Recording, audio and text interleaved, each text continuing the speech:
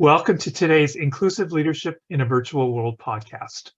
I'm Steve Terusaki, an executive leadership coach and founder of Seido Consulting.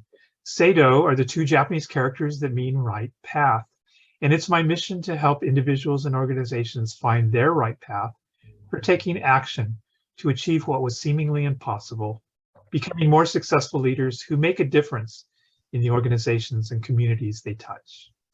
Today we have Janice Litvin, author of the book Banish Burnout Toolkit, and a workplace wellness speaker. Janice works to help each of us address stress, allowing us to move forward in our businesses and in our lives for great success. Janice, thank you again for facilitating the session on Create a No-Burnout Culture, and welcome to today's podcast. Thank you so much, Steve. I'm so happy to be here. We're great to have you. I framed three questions that we ask each of our ILVW facilitators to capture their unique perspective and approach toward inclusive leadership. So let's jump right in with our first question. So Janice, what's unique about you as an inclusive leader? Well, there's so much I could say about that. And as we were talking offline, first of all, each person comes to whatever their work is with their unique perspective from their upbringing, their heritage that goes back many generations, and all the ways they were informed as a youth. And then to go out on their own, theoretically, many people like to go to college or whatever they do to break out on their own. And then they begin to analyze and put thought into what they see in the world. And so that's a melting pot, if you will, of experiences from youth and then from our own experiences.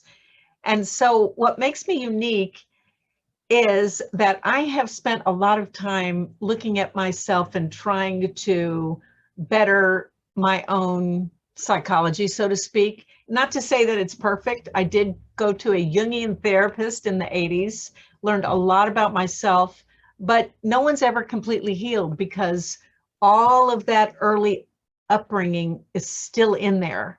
It's just that now we know how to respond to it rather than letting it get to us. But we're emotional human beings. We wouldn't be who we are if we didn't have our emotions. And that's what makes us such a rich culture. And so sometimes the emotions are not thought emotions, they're feeling emotions, which we want, but we want to rein them in. And so I've learned, and I'm not perfect and I'm still working on it, I've learned to try to catch myself in the act of negative thoughts, critical thoughts, because that was what I grew up with, and negativity, and remaster them into a better, happier outlook on life and a more inclusive outlook on life. And much less stress too. And much less, well, that's the goal. Now, that's not to say I don't get stressed. I certainly get stressed when things go wrong. I get irritated. As I tell people, every little stressor that happens during the day builds up and it has a cumulative effect. But what I have learned is not to let those stressors attack me in such a way that I'm plagued by them for days at a time and have the extreme reactions that I used to have.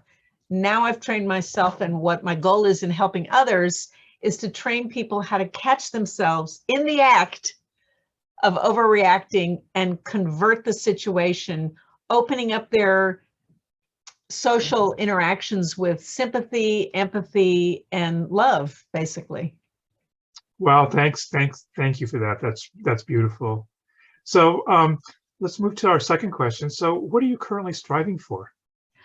I'm striving for a world where leaders and managers treat their people like they would treat their newborn children, with the ultimate love, without any expectations. And I started to say the way they would treat their children, but sadly, and I'm guilty of it too, we lay our own expectations on our children as we raise them. And we give them, hopefully, more politically savviness as we raise them, especially in regard to inclusivity, and to teach them not to hate, but we still have all the generational baggage that filters through us. But hopefully we are doing a better job. And that's my goal, is for all the leaders and managers out there to do a better job at looking at themselves and the way they create the culture in their workplace.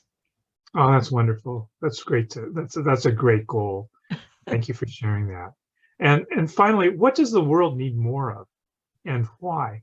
I like to quote the song, "What the world needs now is love, more and more and more love." If we open up our relationships with empathy and love and caring, like you really care for a brother that you adore or sister that you adore or anyone in your family.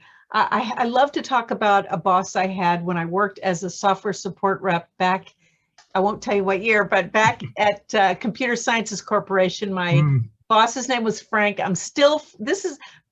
had such an impact on me that I'm still friends with him today, and even drove several hours to his retirement party a couple of years ago.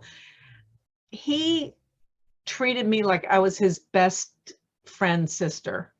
He would come up to me and say, "What are you working on? How's it going? Do you need any help? What obstacles are you?" And I dealt with some very difficult customers as a support rep, and I loved the job. I loved the people side of the business, but I did have some extremely difficult, irate customers when their software went down. You can imagine, because, when their software's not running, their business isn't running.